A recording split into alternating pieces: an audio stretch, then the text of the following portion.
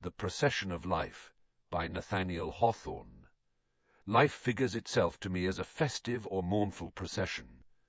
All of us have our places, and are to move onward under the direction of the Chief Marshal.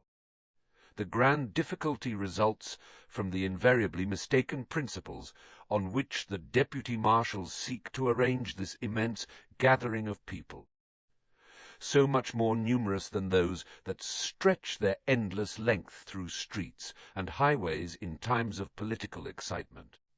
Their scheme is ancient, far beyond the memory of man or even the record of history, and has hitherto been very little modified by the innate sense of something wrong, and the dim perception of better methods, that have unsettled all the ages through which the procession has taken its march. Its members are classified by the merest external circumstances, and thus are more certain to be thrown out of their true positions than if no principle of arrangement were attempted. In one part of the procession we see men of landed estate or moneyed wealth gravely keeping each other company, for the absurd reason that they chance to have a similar standing in the tax collector's book. Trades and professions march together, with scarcely a more real bond of union. In this manner, it cannot be denied, people are disentangled from the mass, and separated into various classes according to certain apparent relations. All have some artificial badge which the world, and themselves among the first, learn to consider as a genuine characteristic. Fixing our attention on such outside shows of similarity or difference, we lose sight of those realities by which nature, fortune, fate, or providence has constituted for every man a brotherhood, wherein it is one great office of human wisdom to classify him. When the mind has once accustomed itself to a proper arrangement of the procession of life, or a true classification of society, even though merely speculative, there is thenceforth a satisfaction which pretty well suffices for itself, without the aid of any actual reformation in the order of march.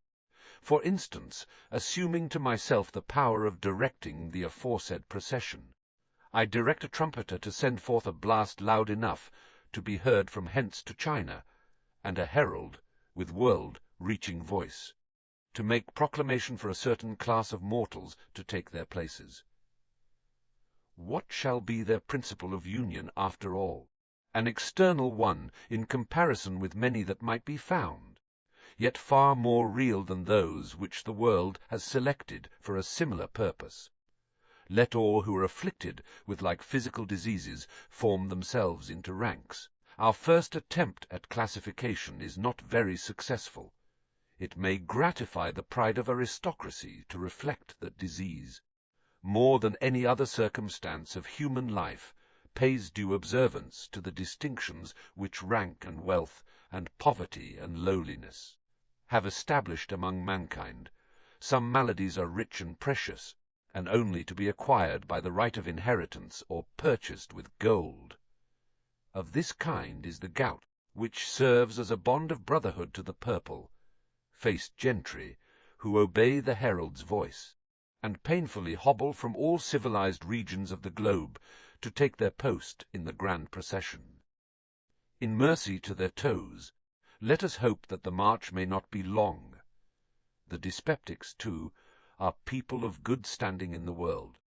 For them the earliest salmon is caught in our eastern rivers, and the shy woodcock stains the dry leaves with his blood in his remotest haunts, and the turtle comes from the far Pacific islands to be gobbled up in soup.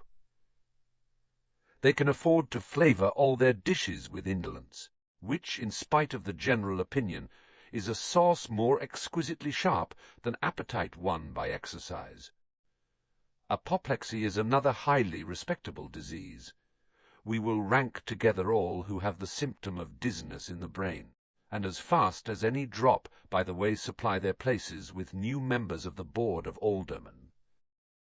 On the other hand, here come whole tribes of people whose physical lives are but a weakened variety of life, and themselves a meaner species of mankind, So sad an effect has been wrought by the tainted breath of cities, scanty and unwholesome food, destructive modes of labour, and the lack of those moral supports that might partially have counteracted such bad influences.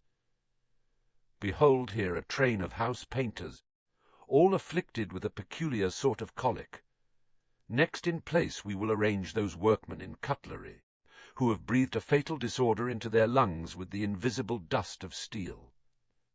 Tailors and shoemakers, being sedentary men, will chiefly congregate into one part of the procession, and march under similar banners of disease. But among them we may observe here and there a sickly student, who has left his health between the leaves of classic volumes, and clerks, likewise, who have caught their deaths on high official stools, and men of genius too, who have written sheet after sheet with pens dipped in their heart's blood. These are a wretched, trembling, short-breathed set. But what is this cloud of pale-cheeked, slender girls, who disturb the ear with the multiplicity of their short, dry coughs? They are seamstresses, who have plied the daily and nightly needle in the service of master tailors and tight-fisted contractors, until now it is almost time for each to hem the borders of her own shroud. Consumption points their place in the procession. With their sad sisterhood are intermingled many youthful maidens who have sickened in wealthy mansions, and for whose aid science has unavailingly searched its volumes, and whom breathless love has watched. In our ranks the rich maiden and the poor seamstress may walk arm in arm. We might find innumerable other instances, where the bond of mutual disease, not to speak of nations sweeping pestilence, embraces high and low, and makes the king a brother of the clown. But it is not hard to own that disease is the natural aristocrat. Let him keep his state, and have his established orders of rank, and wear his royal mantle of the colour of a fever flush, and let the noble and wealthy boast their own physical infirmities, and display their symptoms as the badges of high station. All things considered, these are as proper subjects of human pride as any relations of human rank that men can fix upon. Sound again, thou deep-breathed trumpeter, and herald, with thy voice of might, shout forth another summons that shall reach the old lordly castles of Europe, and the rudest cabin of our western wilderness. What class is next to take its place in the procession of mortal life? Let it be those whom the gifts of intellect have united in a noble brotherhood. Aye, this is a reality before which the conventional distinctions of society melt away like a vapour when we would grasp it with the hand. Were Byron now alive, and Burns, the first would come from his ancestral abbey, casting aside, although unwillingly, the inherited honours of 1,000 years, to take the arm of the mighty peasant, who grew immortal, while he stooped behind his plough. These are gone, but the hall, the farmer's fireside, the hut, perhaps the palace, the counting-room, the workshop, the village, the city, life's high places and low ones, may all produce their poets, whom a common temperament pervades like an electric sympathy. Peer or ploughman, we will muster them pair by pair and shoulder to shoulder. Even society, in its most artificial state, consents to this arrangement. These factory girls from Lowell shall pair themselves with the pride of drawing, rooms and literary circles, the bluebells in fashion's bouquet, the Sapphos and Montagues and Nortons of the age. Other modes of intellect bring together as strange companies. Silk-gowned professor of languages, give your arm to this sturdy blacksmith, and deem yourself honoured by the conjunction, though you behold him grimy from the anvil. All varieties of human speech are like his mother tongue to this rare man. Without distinction let those take their places, of whatever rank they come, who possess the kingly gifts to lead armies or to sway a people. Nature's generals, her lawgivers, her kings, and with them also the deep philosophers who think the thought in one generation, that is to revolutionize society in the next, with the hereditary legislator in whom eloquence is a far descended attainment, a rich echo repeated by powerful voices from Cicero downward. We will match some wondrous backwoodsman, who has caught a wild power of language from the breeze among his native forest bogs. But we may safely leave these brethren and sisterhood to settle their own affinities. Our ordinary distinctions become so trifling, so faint, so ridiculously imaginary in comparison with a classification founded on truth, that all talk about the matter is immediately a commonplace. Yet the longer I reflect, the less am I satisfied with the idea of forming a separate class of mankind on the basis of high intellectual power. At best it is but a higher development of innate gifts common to all. Perhaps, moreover, he whose genius appears deepest and truest excels his fellows in nothing save the knack of expression. He throws out occasionally a lucky hint at truths of which every human soul is profoundly, though silently, conscious. Therefore, though we suffer the brotherhood of intellect to march onward together, it may be doubted whether their peculiar relation will not begin to vanish as soon as the procession shall have passed beyond the circle of this present world. But we do not classify for eternity. And next let the trumpet pour forth a mournful wail, and the herald's voice give breath in one vast cry to all the groans and grievous utterances that are audible throughout the earth. We appeal now to the sacred bond of sorrow, and summon the great multitude who labor under similar afflictions to take their places in the march. How many a heart that have been insensible to any other call has responded to the doleful accents of that voice! It has gone far and wide, and high and low, and left scarcely a mortal dwelling unvisited. Indeed, the principle is only too universal for our purpose, and, unless we limit it, will quite break up our classification of mankind, and convert the whole procession into a funeral train. We will therefore be at some pains to distinguish. Here comes a lonely rich man. He has built a noble structure for his dwelling house, with a front of stately architecture and marble floors and doors of precious woods. The whole building is as beautiful as a dream, and as solid as the native rock. But the visionary shapes of a long posterity, for whose home this mansion was intended, have faded into nothingness since the death of the founder's only son. The rich man gives a glance at his dark garb in one of the splendid mirrors of his drawing-room, and descending a flight of lofty steps, instinctively offers his arm to yonder poverty-stricken widow in the worn black bonnet, and with a patched apron over her tattered gown. The sailor boy, who was her sole earthly stay, was washed overboard in a late tempest. This couple from the palace and the poorhouse are but the types of thousands more who represent the dark tragedy of life and seldom quarrel for the upper parts. Grief is such a leveller with its own dignity and its own humility that the noble and the peasant, the beggar and the monarch, will waive their pretensions to external rank without the officiousness of interference on our part, if pride, the influence of the world's false distinctions, remain in the heart, then sorrow lacks the earnestness which makes it holy and reverend. It loses its reality and becomes a miserable shadow. On this ground we have an opportunity to assign over multitudes who would willingly claim places here to other parts of the procession. If the mourner have anything dear than his grief, he must seek his true position elsewhere.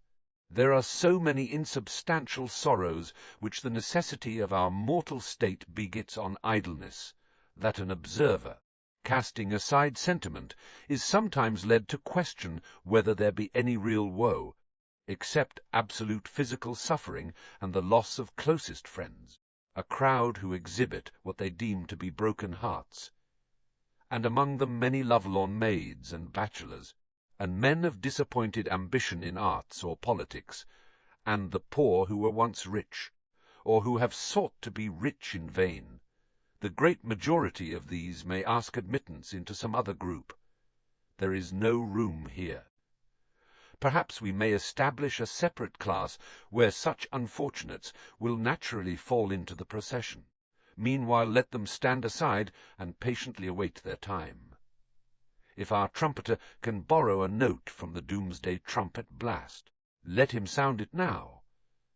The dread alarm should make the earth quake to its center, for the herald is about to address mankind with a summons to which even the purest mortal may be sensible of some faint, responding echo in his breast. In many bosoms it will awaken a still small voice more terrible than its own reverberating uproar. The frightful appeal has swept around the globe. Come, all ye guilty ones, and rank yourselves in accordance with the brotherhood of crime. This, indeed, is an awful summons. I almost tremble to look at the strange partnerships that begin to be formed, reluctantly, but by the invincible necessity of like to like in this part of the procession. A forger from the state prison seizes the arm of a distinguished financier. How indignantly does the latter plead his fair reputation upon the exchange, and insist that his operations, by their magnificence of scope, were removed into quite another sphere of morality than those of his pitiful companion. But let him cut the connection if he can. Here comes a murderer with his clanking chains, and pairs himself, horrible to tell, with as pure and upright a man, in all observable respects, as ever partook of the consecrated bread and wine. He is one of those, perchance the most hopeless of all sinners, who practice such an exemplary system of outward duties, that even a deadly crime may be hidden from their own sight and remembrance. Under this unreal frostwork, yet he now finds his place. Why do that pair of showy girls, with the pert, affected laugh and the sly leer at the bystanders, intrude themselves into the same rank with yonder proper matron? And that somewhat prudish maiden, surely these poor creatures, born to vice as their sole and natural inheritance, can be no fit associates for women who have been guarded round about by all the proprieties of domestic life, and who could not err unless they first created the opportunity. No, it must be merely the impertinence of those shameless women, and we can only wonder how such respectable ladies should have responded to a summons that was not meant for them. We shall make short work of this miserable class, each member of which is entitled to grasp any other member's hand, by that vile degradation wherein guilty error has buried all alike. The foul fiend to whom it properly belongs must relieve us of our loathsome task. Let the bond servants of sin pass on, but neither man nor woman, in whom good predominates, will smile or sneer, nor bid the rogue's march be played, in derision of their array, feeling within their breasts a shuddering sympathy, which at least gives token of the sin that might have been. They will thank God for any place in the grand procession of human existence, save among those most wretched ones. Many, however, will be astonished at the fatal impulse that drags them toward it. Nothing is more remarkable than the various deceptions by which guilt conceals itself from the perpetrator's conscience, and oftenest, perhaps, by the splendor of its garments. Statesmen, rulers, generals, and all men who act over an extensive sphere, are most liable to be deluded in this way. They commit wrong, devastation, and murder on so grand a scale, that it impresses them as speculative rather than actual. But in our procession we find them linked in detestable conjunction with the meanest criminals, whose deeds have the commonness of petty details. Here the effect of circumstance and accident is done away, and a man finds his rank according to the spirit of his crime. In whatever shape it may have been developed, we have called the evil, now let us call the good. The trumpet's brassy throat should pour heavenly music over the earth, and the herald's voice go forth with the sweetness of an angel's accents, as if to summon each upright man to his reward. But how is this does none answer to the call, not one for the just, the pure, the true, and all who might most worthily obey it, shrink sadly back, as most conscious of error and imperfection. Then let the summons be to those whose pervading principle is love. This classification will embrace all the truly good, and none in whose souls there exists not something that may expand itself into a heaven, both of well-doing and happiness. The first that presents himself is a man of wealth, who has bequeathed the bulk of his property to a hospital.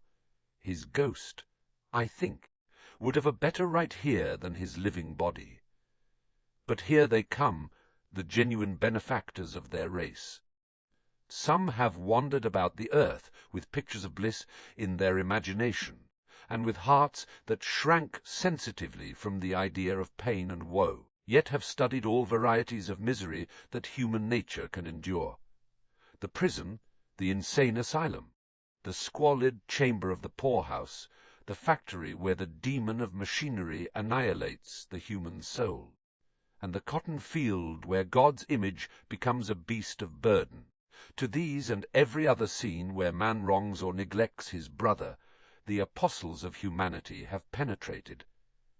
This missionary, dark with India's burning sunshine, shall give his arm to a pale-faced brother who has made himself familiar with the infected alleys and loathsome haunts of vice in one of our own cities. The generous founder of a college shall be the partner of a maiden lady of modest means, one of whose good deeds it has been to gather a little school of orphan children.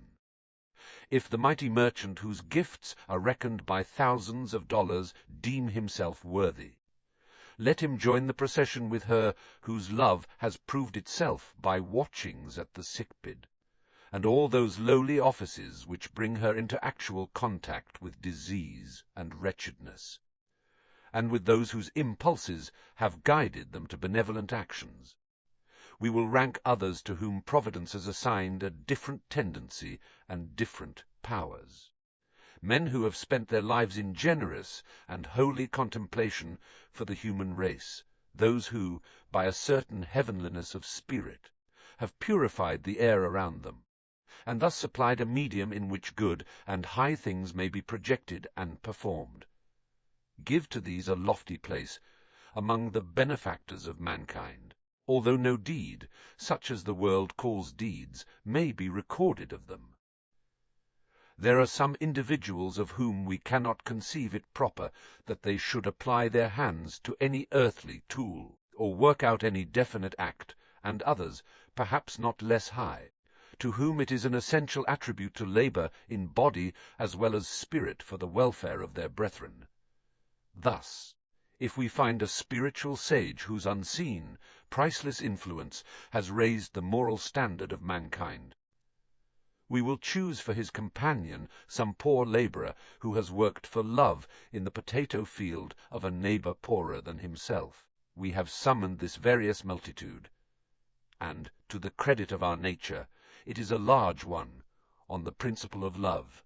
It is singular, nevertheless, to remark the shyness that exists among many members of the present class, all of whom we might expect to recognize one another by the fellowship of mutual goodness, and to embrace like brethren, giving God thanks for such various specimens of human excellence.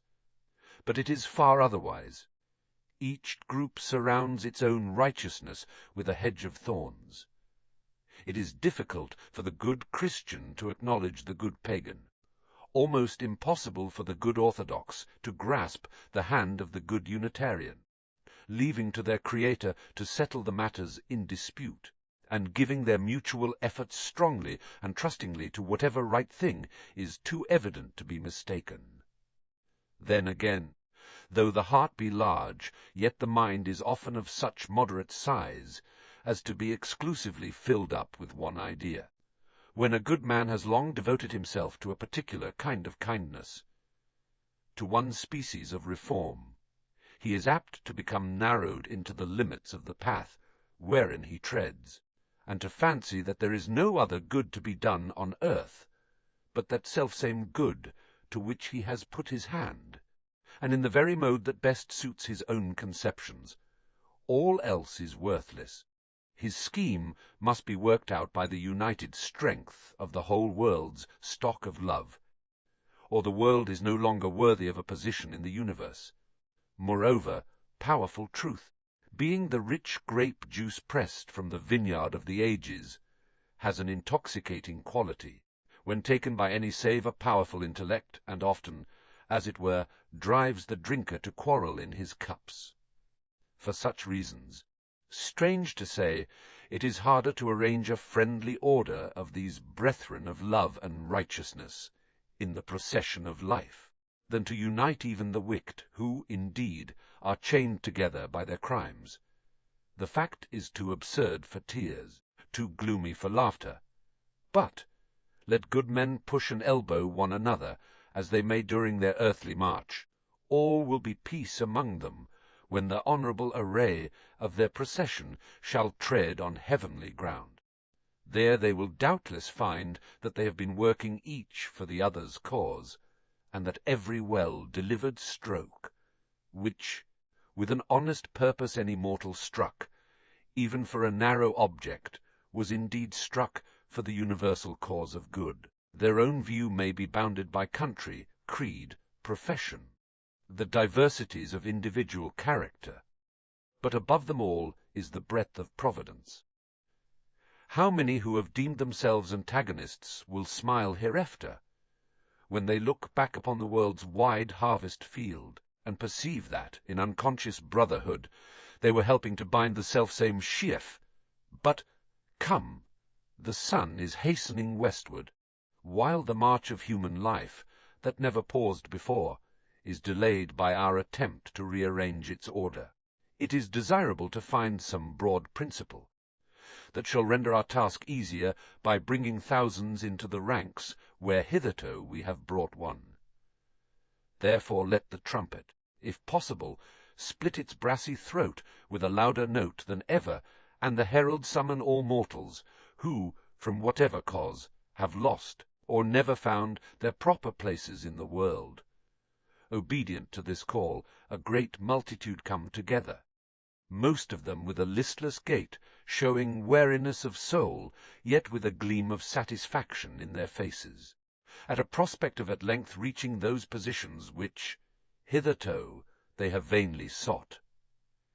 But here will be another disappointment, for we can attempt no more than merely to associate in one group all who are afflicted with the same vague trouble. Some great mistake in life is the chief condition of admittance into this class. Here are members of the learned professions, whom Providence endowed with special gifts for the plough, the forge, and the wheelbarrow, or for the routine of simple business. We will assign to them, as partners in the march, those lowly labourers and craftsmen, who have pined, as with a dying thirst, after the unreachable fountains of knowledge. The latter have lost less than their companions, yet more, because they deem it infinite. Perchance the two species of unfortunates may comfort one another. Here are Quakers with the instinct of battle in them, and men of war who should have worn the broad brim. Authors shall be ranked here, whom some trick of nature, making game of her poor children, had filled with the confidence of genius and strong desire of fame, but has favoured with no matching power, and others whose lofty gifts were unaccompanied with the faculty of expression, or any of that earthly machinery by which heavenly talents must be shown to mankind. All these, therefore, are melancholy laughing-stocks. Next, here are honest and well-intentioned persons, who by a want of skill, by inaccurate perceptions, by a distorting imagination, have been kept continually at odds with the world and bewildered upon the path of life. Let us see if they can stay within the line of our procession. In this class, likewise, we must assign places to those who have met that worst of ill success, a higher fortune than their abilities could justify. Writers, actors, painters, the favourites of a day, but whose laurels wither unrenewed amid their grey hair, politicians, whom some spiteful turn of affairs has thrust into noticeable station, where, while the world stands gazing at them, the dreary consciousness of weakness makes them curse their birth-hour. To such men we give for a companion him whose rare talents, which perhaps require a revolution for their exercise, are buried in the tome of idle circumstances. Not far from these, we must find room for one whose success has been of the wrong kind, the man who should have lingered in the quiet rooms of a university, digging new treasures out of the buried past of ancient knowledge, spreading depth and accuracy of learning throughout his country, and thus making for himself a great and quiet fame.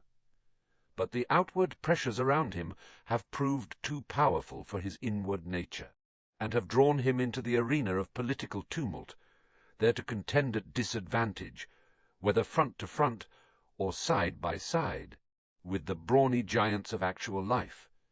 He becomes, it be, a name for brawling parties to toss to and fro, a legislator of the Union, a governor of his native state, an ambassador to the courts of kings or queens, and the world may deem him a man of happy stars. But not so the wise, and not so himself, when he looks through his experience, and sighs to miss that fitness, the one invaluable touch which makes all things true and real. So much achieved, yet how fruitless is his life! Whom shall we choose for his companion? Some weak, framed blacksmith, perhaps, whose delicacy of muscle might have suited a tailor's workbench better than the anvil. Shall we bid the trumpet sound again? It is hardly worth the while. There remain a few idle men of fortune, tavern and grog shop loungers, loafers, old bachelors, aging maidens, and people of crooked intellect or temper, all of whom may find their like, or some tolerable approach to it, in the plentiful variety of our latter class.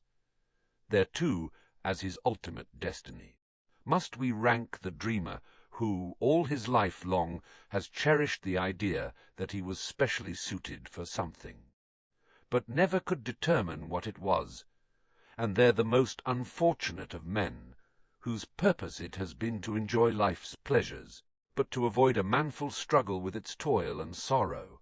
The remainder, if any, may connect themselves with whatever rank of the procession they shall find best suited to their tastes and consciences. The worst possible fate would be to remain behind, shivering in the solitude of time, while all the world is on the move towards eternity. Our attempt to classify society is now complete. The result may be anything but perfect, yet better, to give it the very lowest praise, than the old rule of the herald's office, or the modern one of the tax collector, whereby the accidents and surface traits with which the real nature of individuals has least to do are acted upon as the deepest characteristics of mankind. Our task is done. Now let the grand procession move. Yet pause a while. We had forgotten the chief marshal. Hark, that world-wide swell of solemn music, with the clang of a mighty bell breaking forth through its ordered uproar, announces his approach. He comes a severe, calm, unyielding, dark rider, waving his staff of universal sway as he passes along the lengthened line on the pale horse of the Revelation. It is Death! Who else could assume the guidance of a procession that includes all humanity, and if some, among these many millions, should deem themselves classed wrongly, yet let them take to their hearts the comforting truth that death levels us all into one great brotherhood, and that another state of being will surely correct the wrong of this. Then breathe thy wail upon the earth's wailing wind, thou band of melancholy music, made up of every sigh that the human heart, unsatisfied, has uttered. There is yet triumph in thy tones. And now we move, beggars in their rags, and kings trailing the royal purple in the dust, the warrior's gleaming helmet, the priest in his dark robe, the hoary grandfather, who has run life's circle and come back to childhood, the ruddy schoolboy with his golden curls, frisking along the march, the artisan's rough jacket, the noble's star-decorated coat, the whole presenting a mixed spectacle, yet with a shadowy grandeur brooding over it. Onward, onward, into that dimness where the lights of time, which have blazed along the procession, are flickering in their sockets. And whither? We know not, and death, hitherto our leader, deserts us by the wayside, as the tramp of our innumerable footsteps echoes beyond his reach. He knows not, more than we, our destined goal, but God, who made us, knows, and will not leave us on our toilsome and doubtful march, either to wander in endless uncertainty, or perish by the way.